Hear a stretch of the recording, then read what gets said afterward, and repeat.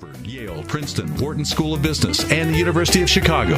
You do not need to know everything if you have a community of industry leaders behind you teaching you the key essential principles. Get ready for some common sense clarity and solutions from your hosts, Paul Harmon and Ricky Neer. Hello, everyone. This is Paul Harmon. I'm one of your hosts. I'm a financial coach and strategist with the Renaissance Companies. And as always, our business is local and our show is live. You are listening to The Shift Economy, the show that exposes the ugly truths about outdated traditional thinking. And as the Proverbs say, without consultation, plans are frustrated, but with many counselors, they actually succeed. We have one incredible lineup for you for today. We have actually on air, we're having a gentleman who is a best-selling author by the name of Tim Levy, who is here from down under. He's here from Australia on his U.S. book tour. We also have our in-house luminary, who is a wellness and lifestyles coach, Lucinda Datras, joining us in the studio. Hey, Lucinda. Hey. And we also have the distinct pleasure and honor of having a very dear friend of mine, Steve Sigwalt, with us. In previous shows, you've probably heard me talk a little about a local meetup group and venue that we have here in Austin by the name of the Positive Energy Summit. You always mess up and call it. You got it right. Thanks, Steve. And, I'll tell you what, I feel very privileged. Steve kind of created this group, this meetup group. I'm going to let him kind of explain a little bit in terms of what he's put behind it and what was really going through his head, because I'll tell you what it's blossomed into. It's really turned into a great place to showcase some, what I consider to be some high thought leaders in from various different industries. So without further ado, Steve, welcome to the show. Hey, thanks, Paul. Yeah, the Positive Energy Summit was kind of an idea that began back Christmas Eve of last year when I was sitting around thinking, reminiscing about 2009 and all the negative energy that I'd heard and listened to and whatnot. And, I thought, hey, we need energy. We need the better part of energy, which is positive energy. And, what better way to get people together and share positive energy than a summit, like a GT2 or whatnot. So threw this thing together and, gosh, it's just, it's been fantastic. There has been a lot of positive energy. And, Paul, met you last year and, we've been close friends. And I thought, gosh, the Positive Energy Summit, would love to have some more positive energy. So say, hey, Paul, what do you think? And, you took the ball and ran with it tremendously. So I'm very proud of what you've done with it. So. Well, and I really appreciate that. But, I think what's really cool about the whole thing is just the way it's just completely taken a life of its own. Absolutely. And, what's interesting is that we actually have speakers already lined up through January of people that are now banging on the door. Mm-hmm. And with that, the one that we had the last time, which was a pretty amazing experience, if you all remember when we had Dr. Eric Best present, and I was kind of like a bit of a naysayer here. I'm supposed to be Mr. Positive, and I was kind of like in the closet negative, with this whole spoon bending thing that I thought was rubbish, and I didn't know whether it could really happen. But it was the most bizarre thing to watch these very small, petite women. Lucinda took, for instance, a spoon and wrapped it around like a little curly cube. I've never seen anything like that. For anyone who's ever tried to do that with a spoon, you can't. Yeah. So what's that have to do with anything? Well, that's really about breakthroughs. So with that, I thought it was a perfect opportunity to put together Lucinda and also Tim Levy. Tim has also been a guest speaker at the Positive Energy Summit a couple of times. And again, I don't want to take the thunder away from him, but let's see if we can get him to talk a little bit about it. But he takes us through this entire process in terms of bringing us back to our childhood, where creativity is at its fullest, where we don't have any of these limitations, and makes the entire process so amazingly fun.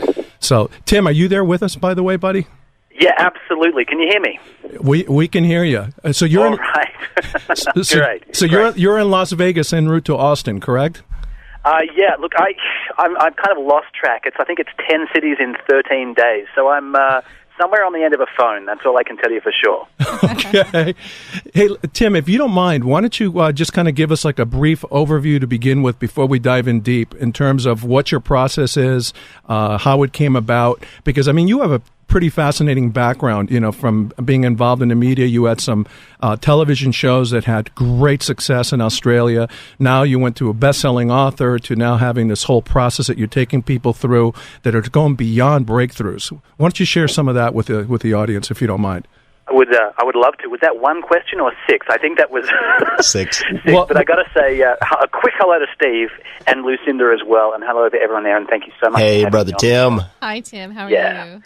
All right. Well, let me talk to this, and I will try to keep this thing as succinct as is possible. Sure. Briefly, what happens is this: people tend to go through their lives, and their lives tend to happen to them. You know, a job is offered, or they get an opportunity comes up, they take it. Very few people take the time to spend the time to think about the answer to one question, and the question is, what would my perfect life look like? Now, they don't. You know, maybe around the new year they make some New Year's resolutions, which tend to be focused on what not to do. Hey, I don't want to drink as much. I don't want to eat as much. But very few people focus in a positive direction. And that's what the Life Summit's about. It's a 6-step process designed to give you absolute, crystal clear clarity on what you do want in your life. And it's an extraordinary thing. There's kind of some metaphysics that go with this. There's kind of some business strategy, mind mapping, all kinds of stuff, because of my own background, which, as you said, Paul, is quite corporate. It's very results-oriented. There's some meditation bits and pieces thrown in. You can come along, listen to the next talk, and get a sense of it. But what it comes down to is this is a system that works. It really produces quite miraculous results. It did them for me, and then I started helping other people, and I even got some blow-you-away stories since even the last time we spoke in the last couple of days.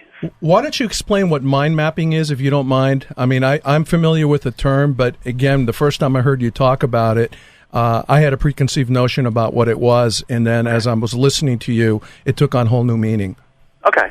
Well, first thing you got to sort of come to is that your brain is divided into two. You've kind of got that left brain part, which is logic and reason and science and analytics, and that right brain part, which is pure creativity, imagination. And as you said, you know, that's the place that is so free and unlimited when you're a child. So if you normally go to work or you do what you do and you're taking notes and say you're writing in Microsoft Word, you're writing point after point after point, right? That is left brain. And it's beautiful for things that require logic and analysis. But hey, dreams are not logical. Dreams defy analysis. They're not efficient. They don't make sense. For that, you need something else. So for me, mind mapping is a great way of note-taking and writing down your ideas that is highly creative, highly intuitive, and it's very sort of link-oriented, like your brain, which kind of makes random intuitive leaps and links. So it's pretty much just a way of taking a snapshot of what's in your brain on that really creative, intuitive side. So, Tim, this is Ricky. I've got a question for you. Hey, Ricky, I didn't know you were there. Hello. Hello, I am here. Hey, she's the star of the show, man. Nice to hear your voice today. I'm so glad you're coming to Austin. And I have a question during the process when you run these events and people are getting a little taste of it in a group setting. I know you've got people that are very, maybe more left brain, that are kind of writing things out in a linear fashion. You've got people who are very creative, maybe writing out pictures. What would you say would be the correct way, or possibly the way that this process needs to start when they're sitting with you?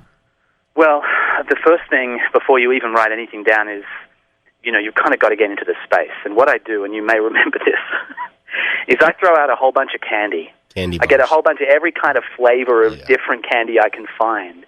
And I get people to kind of chew on a bit of candy. Now, that's sure, there's a bit of sugar in that, but mainly it just brings you back to when you're a child. You know, when someone sat you on their knee and said, so what do you want to do when you grow up, Ricky? And you've kind of got these clear answers. You've got this imagination because you haven't gone through enough life to be disillusioned or feel limited or locked in or starting to sort of say, well, this is what I want, but this is what's possible. So before you even think, I don't know, how to take notes or whatever, I think you need to get into that childlike, creative place. And we sure have a lot of fun doing that when we do these things live.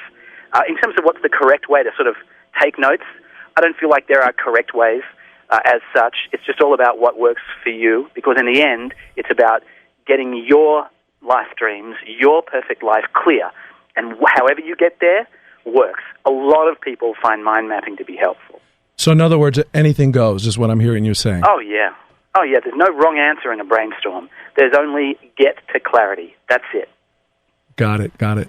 My good friend said a very powerful thing the other day, and she said that, she said money, but you could also say abundance follows clarity.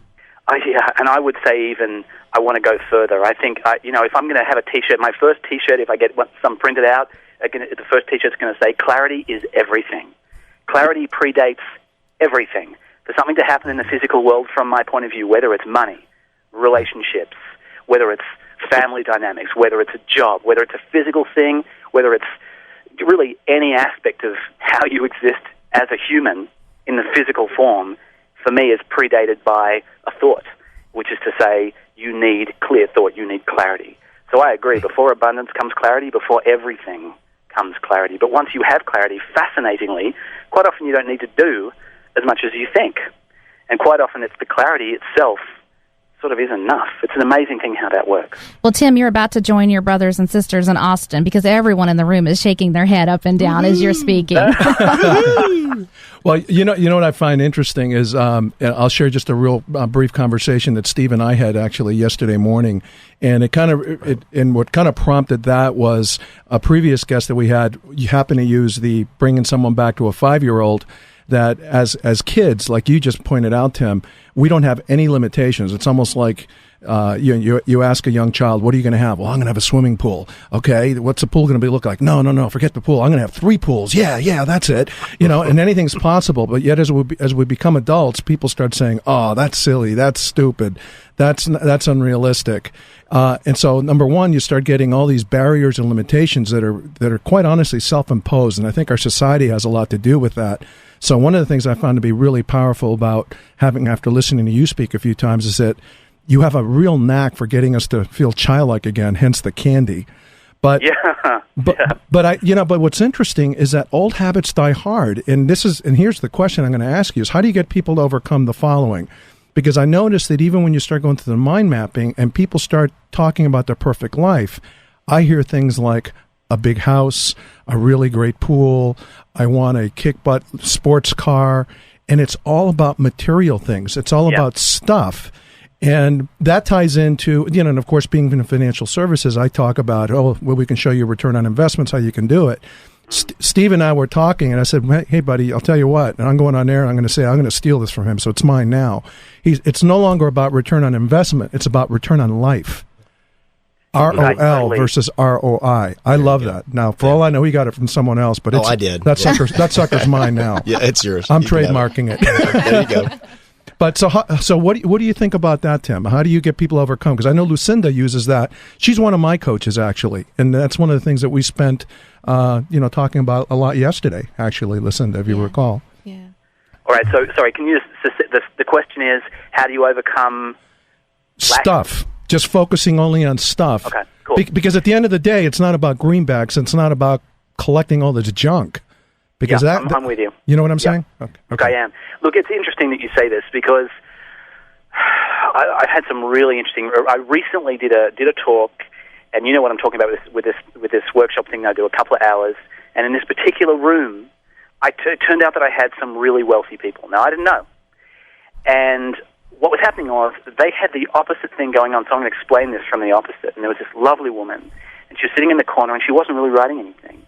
And because we get busy with paper and pens and all kinds of stuff in these sessions, and she really sort of had nothing to write down. And I went over and said, "How are you doing?" And she said, "I'm having trouble because all the things that you mentioned that most people want to have in their lives, cars and houses and a great husband and kids and whatever, I've already got that. And so I don't really, I could get next year's Mercedes, but it's not really floating my boat." And I said, "Well, have you considered that it might be time to give back? It might be something your chart might be about, your dreams might be about, how I can help others." And all of a sudden it was like a light switched on. Hey, listen, hold that thought because now we're starting to get into some really deep stuff. It's time for us to take actually a quick commercial break. This is Austin Talk 1370, The Right Choice. You're listening to The Shift Economy. When we come back, we'll be talking to Lucinda Dotras and Tim Levy. Don't go away. We'll be right back after the break.